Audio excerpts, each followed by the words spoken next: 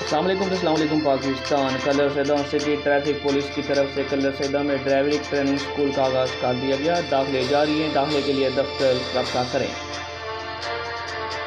Colour Syedan city traffic police Rawalpindi Kallar Syedan में driving training school का आगाज़ 8 जुलाई 2023 से कर रही है, जिसमें पहले की निस्बत इंतहाई कम फीस में शहरियों को कार ड्राइविंग लाइसेंस सिखाएगी। गाड़ियों की मेंटेनेंस, प्रैक्टिकल ट्रेनिंग, ट्रैफिक कानून से मुतालिक आगाही लेक्चर, रोड सेफ्टी लेक्चर शामिल होंगे। इसके अलावा कलर सैदा में फ्रेश ड्राइविंग लाइसेंस टेस्ट का इजरा शहरियों ने chief traffic officer Rawalpindi Taimur Khan Kallar Syedan traffic police की दीगर कोशिशों को सराहते हुए खराज तहसीन पेश किया गया।